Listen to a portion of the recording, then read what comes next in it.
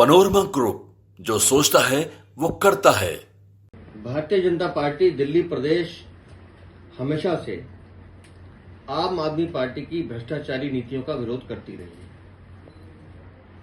और आज का दिन आम आदमी पार्टी और उनकी सरकार के भ्रष्टाचार के लिए बहुत ही निर्णायक दिन है।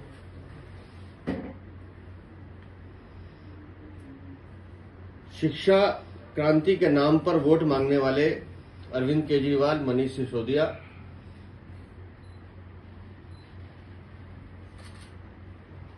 के काले कारनामों को कई बार हमने उजागर किया है, लेकिन आज जब भ्रष्टाचार निरोधक शाखा ने शिक्षा एवं शिक्षा सुधार के नाम पर क्लासरूम के निर्माण में घोटाला करने पर आम आदमी पार्टी की सरकार में उप मुख्यमंत्री रहे मनीष सिसोदिया और जेल में मसाज कराने वाले मंत्री सत्येंद्र जैन के खिलाफ एफआईआर दर्ज की है। हमारी एक मांग ये भी है कि मनीष सिसोदिया, सत्येंद्र जैन के साथ साथ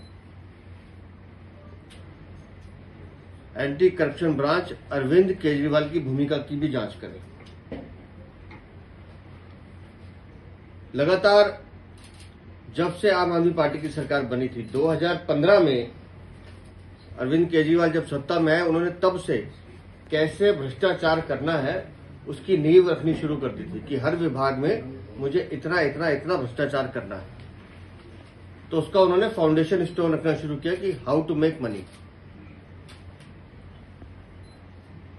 2015-16 में 12,748 क्लासरूम बनाने के लिए अरविंद केजरीवाल ने 2,982 करोड़ का बजट आवंटित किया। अब आप 2,982 करोड़ को अगर मल्टीप्लाई करोगे 12,748 से, तो इसका मतलब सीधा था कि एक कमरे की कीमत 24,86,000 रुपये दिए गए, जबकि सीपीडब्ल्यूडी का जो मैनुअल है सरकारी, उसके हिसाब से एक स्कूल के कमरे की लागत 5 लाख रुपए से ज्यादा नहीं होनी चाहिए। और जब यह हुआ तभी हमारे उस समय के तत्कालीन अध्यक्ष उन्होंने आवाज उठाई और हमारे 3 साथी जो पदाधिकारी थे, हरीश खुराना, कपिल मिश्रा और नीलकांत बख्शी, उन्होंने एंटी करप्शन ब्रांच में इसकी शिकायत दर्ज कराई। लेकिन सरकार तो अरविंद केजरीवाल की थी, तो उन्होंने 7-8 सालों तक इस जांच को दबाए रखा और लेकिन लगातार भारतीय जनता पार्टी संघर्ष करती रही, अपनी आवाज उठाती रही, शिकायत दर्ज की गई और सीवीसी की रिपोर्ट के अनुसार भी इस पूरे घोटाले में लगभग 2,000 करोड़ का घोटाला नजर आता है। और भ्रष्टाचार जो निरोधक शाखा है, उसने भी अपनी प्रारंभिक जांच में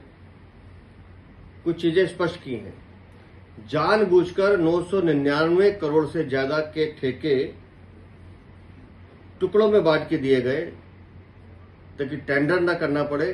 कैबिनेट से अप्रूवल न लेनी पड़े, उसकी फाइल एलजी के पास ना जाए, अप्रूवल न लेनी पड़े, उस हिसाब से टेंडर किए गए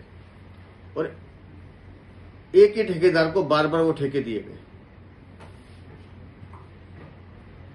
टेंडर प्रक्रिया पूरी नहीं की। स्कूल के कमरों में भी इनके कुछ मैनुअल्स में स्पेसिफिक चीजें हैं। एक होता है सेमी परमानेंट कमरा, उसकी जो एज रहती है वो लगभग 30 साल के आसपास रहती है, लेकिन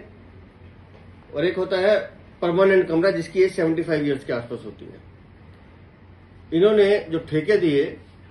पैसे तो चार्ज किए परमानेंट कमरों वाले और दिए सेमी परमानेंट, उसमें परमानेंट कमरे में जो सेमी परमानेंट कमरे होते हैं। 2022-23 में जो चीफ टेक्निकल एग्जामिनर थे,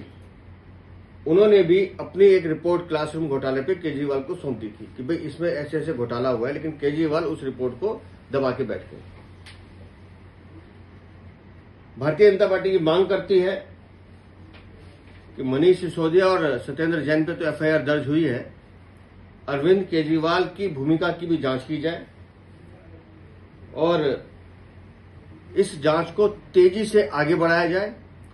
और इन दोषियों को, जिन्होंने जनता के साथ विश्वासघात किया है